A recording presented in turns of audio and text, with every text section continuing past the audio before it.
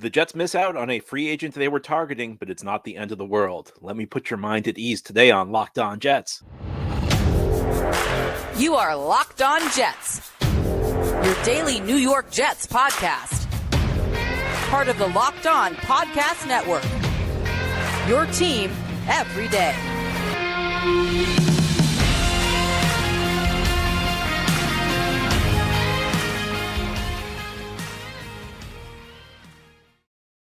Welcome. This is the Locked On Jets podcast, part of the Locked On Podcast Network, your team every day. It's Thursday, March 28th, 2024, and I'm your host, John B. from GettingGreenNation.com. Thanking you so much for making the show your first listen or first watch every day. Subscribe to the show for free on YouTube or wherever you get your podcasts so you get new episodes as soon as they're posted. If you enjoyed the show and are listening on a podcast source, please give it a 5-star review. And if you're watching on YouTube and enjoy the show, give this episode a big thumbs up. It helps us out, helps other Jets fans find the podcast. Today's episode is brought to you by FanDuel. Make every moment more. Right now, new customers get $200 in bonus bets with any winning $5 bet. That's $200 if your bet wins. Visit FanDuel.com/lockedon to get started. Well, the Jets strike out on Jadeveon Clowney. The free agent defensive end agrees to a contract with the Carolina Panthers, bringing him closer to home. He played college ball at South Carolina. We're going to talk about it on today's show. The Jets were targeting Clowney, but I got to say, I'm not that upset that they missed out on him. And I talked about this a bit earlier in the week. How I think it would have been fine if they brought him in, but I don't think he's necessarily a game-changing type player. So if you're a Jets fan who's already okay with this, if you're a Jets fan who's not panicked, well then congratulations for being ahead of the curve. But if you're a little upset about the Jets missing out on Clowney, this show's for you, and I'm going to explain to you why I don't think it's that big of a deal that the Jets missed out on him. So Clowney agrees to a contract worth a reported $20 million over 2 years, so $10 million annual salary he'll be getting from the Carolina Panthers. Jets were in on him. Jets trying to bolster their defensive end position because we know Robert Saleh likes to rotate his defensive linemen in and out. We know that he likes to keep his guys fresh during the game, and that's a spot where the Jets have really emphasized depth during the Saleh era. But I think part of why I'm not upset is defensive end is not really a big position of need for the New York Jets right now. It's a spot where I feel like you have to be pretty happy with what they've got. They have quality starters. Jermaine Johnson just made the Pro Bowl in his second year. John Franklin Myers is always a good player. He'll play across from Jermaine. But beyond that, you have the first round pick from a year ago, Will McDonald, who is set to get an increase in snaps in part because Bryce Huff left. So if you're looking across the needs on this roster right now, defensive end rated pretty low. And I never heard anybody even suggest the defensive end was a need until Bryce Huff left. And then Jadeveon Clowney, and even after Huff left, the perception was, the Jets are okay without Huff. It was only when the Jets were rumored to sign Jadeveon Clowney that people started making it out like Jets really needed defensive end. I did not hear really much about that. Again, even after the Jets lost Huff, I didn't really hear a lot about that. I heard, generally speaking, people thought, the Jets will be fine at defensive end. So nobody really said defensive end was a huge need. And the Jets are fine there. I think the Jets are perfectly fine with what they've got at the position. I don't think it was a situation where the Jets had to sign Clowney. Now, I think there are other positions you enter this offseason. There were moves that the Jets had to make. And the two positions I'm going to talk about, offensive line and wide receiver. Now, if the Jets had done nothing at those positions, if the Jets had struck out on the guys that they eventually got, we'd be having a different discussion. If the Jets were not able to land Tyron Smith at the pretty reasonable price they got him at, if the Jets were not able to trade for Morgan Moses, or if the Jets were not able to sign Mike Williams, then we're having a different discussion. Then we're talking about core needs on this roster, enormous holes that have been unaddressed heading into the draft. And then we'd be talking about the Jets being in a situation where they may have to reach for somebody at the 10th overall pick at one of those positions to fill them. That's not where the Jets are at right now. In fact, I think most Jets fans would be very upset if they went defensive end in the first round for a third straight year. Now, last year they picked Will McDonald. 2 years ago, they of course had 3 first-round picks, one of which they used on Jermaine Johnson.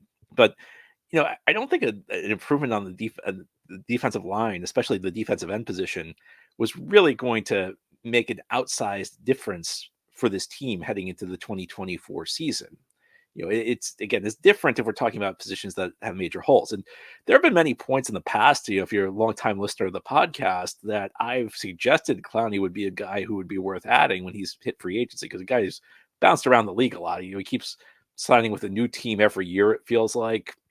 He's a guy who's always good enough to find a job, but never quite good enough that teams want to keep him around, at least at the price he wants.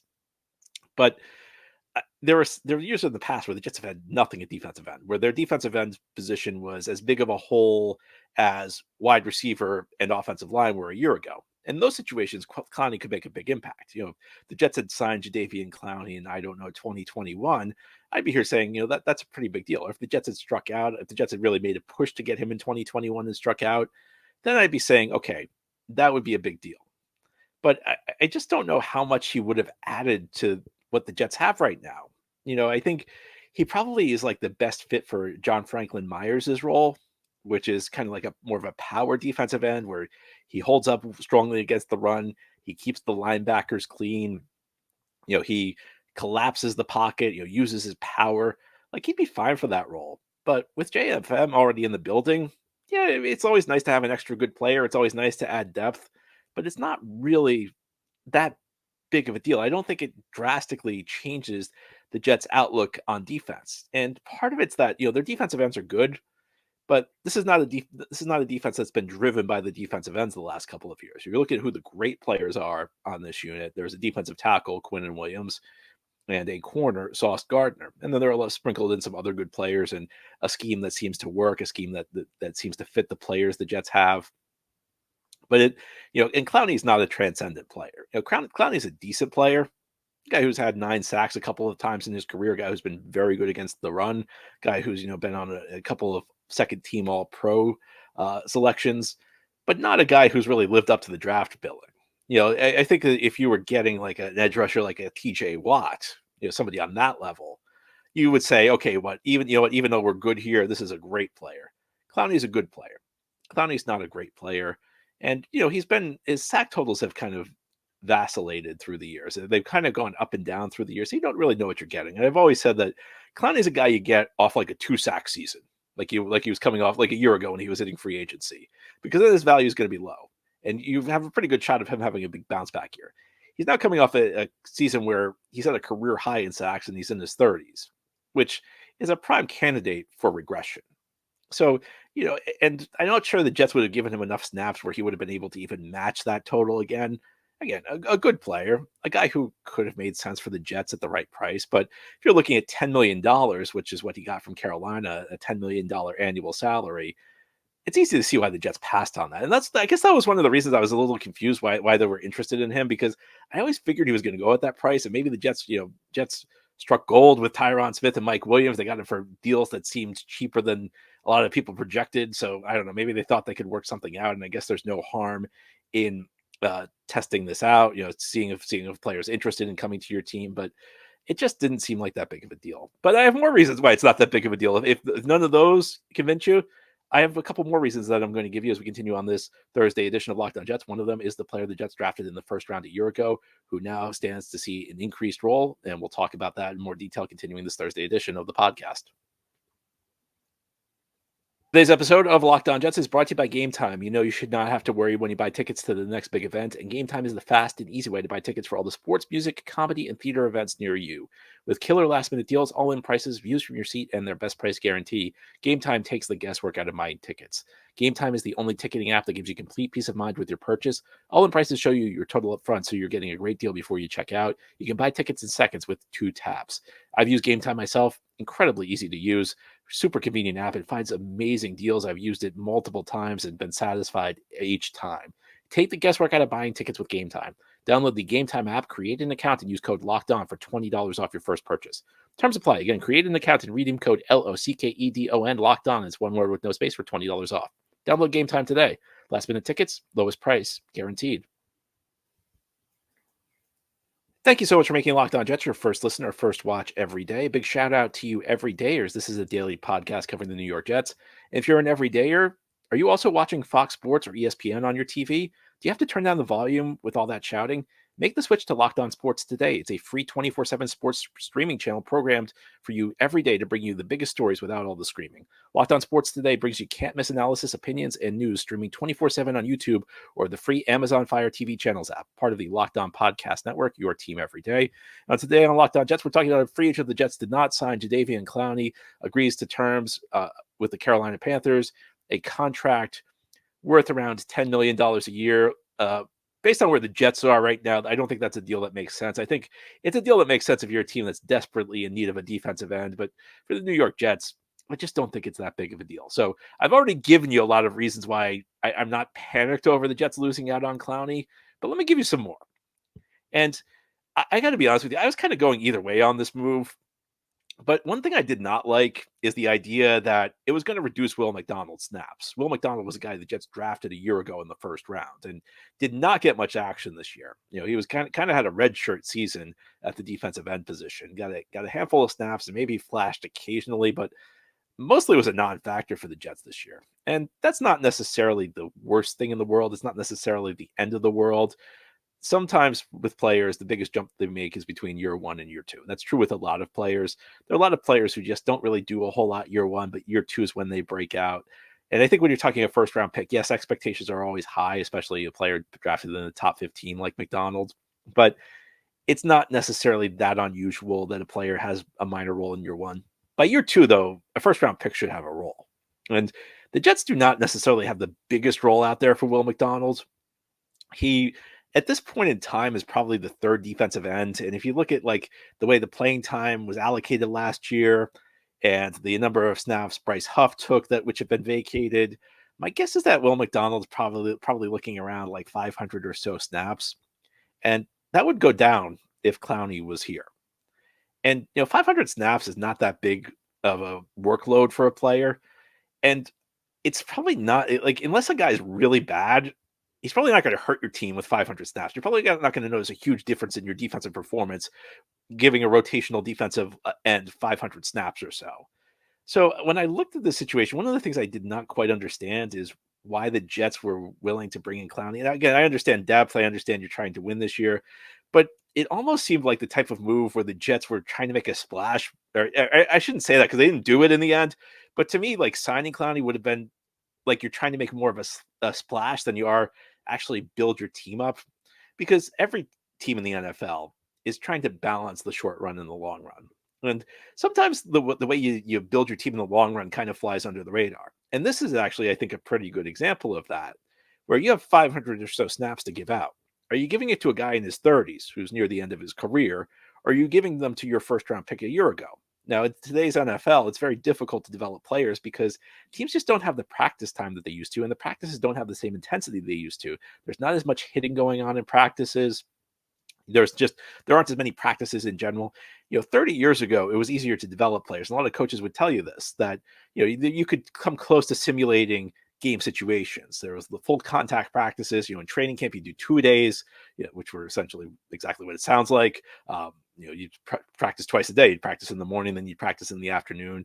And even in season, a lot of the practices have been phased out. There are now limits to how many practices you can have in pads. There are limits to how much you can practice during the bye week, which makes it tougher to develop players on the practice field. That's where I think preseason can take on an outsized role in developing players, simulating a game situation. But really, in many ways, the best way to develop players is to get them game action.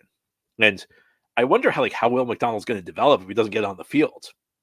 And again, like we're not talking him taking on a starting role. Now, I think ultimately for this pick to be successful, McDonald's going to have to become a starting level player. And he's probably going to need to be like a 7 to 8 sack a year guy. And I've actually done like some research on this, trying to figure out what defensive ends and pass rushing outside linebackers drafted around McDonald's slot typically get. And like the middle of the pack guys are around 7 to 8 sack a year guys, and maybe in a career year you get to double digits. If you do better than that, then you're a great pick, and if you do less than that, you're not such a good pick. I'm trying to figure out the reasons for why the Jets would bring in Clowney with McDonald around, and the obvious answer would be depth. The obvious answer would be they're trying to win the Super Bowl. Obvious answer would be you can't have too many good players at the defensive end position. Robert Saleh loves to just load talent up there and rotate guys in and out. But there are, at the end of the day, only so many snaps to go around. And unless you've already decided Will McDonald can't play, I think that the need for somebody like a Jadeveon Clowney goes down quite a bit. Because again, we're not talking about like Will McDonald reaching his potential here. We're not talking about the difference between Will McDonald being a successful pick and a non-successful pick based on how he does in a rotational role. I think in the long run, the goal is for McDonald to be much better than this. In the long run, the goal is for McDonald to have much more playing time, for him to be able to do much more, for him to eventually take on the starting role and become a guy who's a productive pass rusher. That's not even the role he's in right now. An increase in role for him would just be a guy who's more prominent in the rotation, a guy who comes in when Jermaine Johnson needs a break or when John Franklin Myers needs a break and just gives them a rest. A guy who comes in on passing downs when the Jets are trying to load the field with pass rushers. A very beneficial situation if you're a pass rusher to be on the field on 3rd and longs, or when you're trying to close out a game when you have the lead, when you know the threat of the run is off the table from the other team. Those are the situations that the Jets want to put Will McDonald in. And if Clowney's around, they can't really do it. He's not going to get the necessary snaps he needs. And by the way, I've heard other names thrown out there after the Jets miss on McDonald or miss on Clowney. And so people are talking about other veterans they can bring in. And now some Jets fans are even panicked. Are they going to draft a defensive end 10th overall? I don't think they're going to draft anybody 10th overall, but I could barely understand the rationale for bringing in Clowney, but the players who are left for the most part are not really impact players. They're not really guys who you would expect to be better than McDonald at this point. So I think that when we're talking about developing young players, and this is like one of those hidden things that like separates the teams that think long run with the teams that don't. You don't want all your snaps going to old guys. You want to have some younger guys taking on maybe role player type workloads so that they can develop, and somebody like McDonald can go maybe from year 2 to year 3 from a rotational guy into a starter. The head on the Locked On Jets podcast will continue talking about this because look, I don't know why I'm so passionate about this, but I am very passionate about Jets fans being calm over the Jets missing out on Jadeveon Clowney. So I have even more reasons for you why it's not a big deal. And I'll tell you what they are as we continue this Thursday edition of Locked On Jets. This episode of Locked On Jets is brought to you by FanDuel. Say goodbye to busted brackets because FanDuel lets you bet on every game of the tourney. Whether you're betting on the big upset or a one seed, it's time to go dancing on America's #1 sportsbook. Right now, new customers can get $200 in bonus bets if your first $5 bet wins. That's $200 to use on point spreads, money lines. You can even pick who's going to win it all. If your bracket was busted last weekend, well, you can get back in on the action because, again, you can bet on every game of the NCAA tournament in FanDuel. Isn't that nice? Now that just because your picks for the Final Four go down doesn't mean that you're out of the action. It's an exciting slate of games this weekend. The Sweet 16 kicks off tonight, and you'll want to be on FanDuel because, again, you get $200 in bonus bets if your first $5 bet wins. Just visit FanDuel.com/lockedon. Again, it's FanDuel.com/lockedon. And bet on college hoops until they cut down the nets. This is the Locked On Jets podcast here on this Thursday. The Jets do not sign Jadeveon Clowney. Maybe I'm overthinking this, but I sensed yesterday when the news broke that some Jets fans were a little disappointed. So I'm trying to alleviate some of that disappointedness. There's also a news story that came out, a very bizarre news story, some rumor that there was some sort of conflict between Woody Johnson and Robert Saleh at the NFL owners meetings. And it's a story that really tells us nothing because, first of all, we don't know if it's true. But second of all, without any additional context, it's really a pointless story. I mean, there are plenty of situations where you could just be frustrated with your boss and maybe the two of you have it out and then things are fine 5 minutes later. So I would expect. I always think that there's some degree of conflict everybody has with their boss, and they don't always happen in public. Sometimes they happen in public, but short of any additional information, I really don't have any thoughts on this. I think it's the type of thing that just gets overblown. I think part of the problem right now in the media landscape is people report anything that's out there, whether it's useful information or not, and sometimes something's not useful unless you have more context to it. If there was some reason it would be notable, then like if you had some additional information about what the argument was about, or whether it was just like a short term heat of the moment thing, that your interpretation may vary. But I don't think you can really take away anything just from hearing the hype of maybe the two of them got into some sort of altercation. I don't really know what happened. And, the reports seem to vary about this. A lot of reports are saying nothing happened. So I really don't have any thoughts on this because it's just, it seems like the reporting seems like it's very thin. We don't have any guarantees that anything happened. And even if it did, like that doesn't really tell us a whole lot about anything. But Jadeveon Clowney is not a member of the New York Jets. So if you didn't like any of my other reasons why this is not a big deal, I'll give you one more. And that's just like thinking long term. That's just thinking big picture, because sometimes we think about transactions in a vacuum. We don't think about like how transactions connect with one another.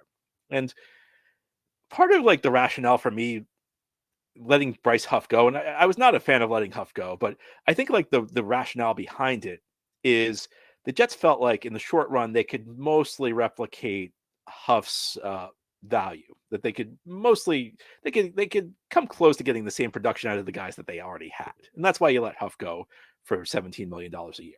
I think the argument for keeping Huff was more of a longer term type thing. Longer term, it's difficult to project what your needs are going to be. Players get old. Some players price themselves out of your roster. So in the longer run, you can't project necessarily that you're going to have a great defensive end room 3 years down the line. A 25-year-old like Huff would prevent that from becoming a whole. But there's an argument to be had either way. I would have liked to have kept Huff, but I think the argument for letting him go is that in the short run we can replicate what he produced. So that leads to the question: if you felt like, if you didn't feel that way and you felt like you needed to bring in a replacement for Huff, if you felt like the guys already on the roster weren't enough to replace Huff, it really wouldn't have made a lot of sense to me why you'd let him go.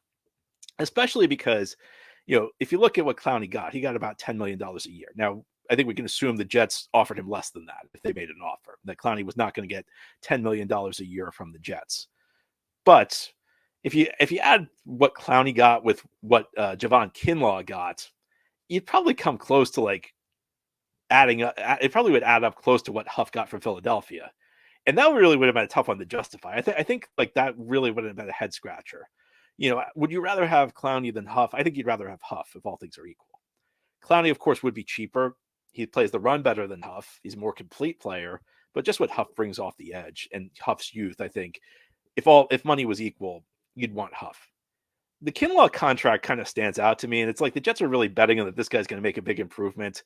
It's a risk. I don't think it's the type of thing you can feel good. I don't think it's the type of bet you can feel good about. And to be honest with you, like if the Jets had signed Clowney and like again the price of Clowney plus the price of Kinlaw added up to be equal, I think so. What Huff got from Philly, I think you'd really have to question what the Jets were doing there, because there's not really much doubt that I'd rather have Huff than Clowney plus Kinlaw.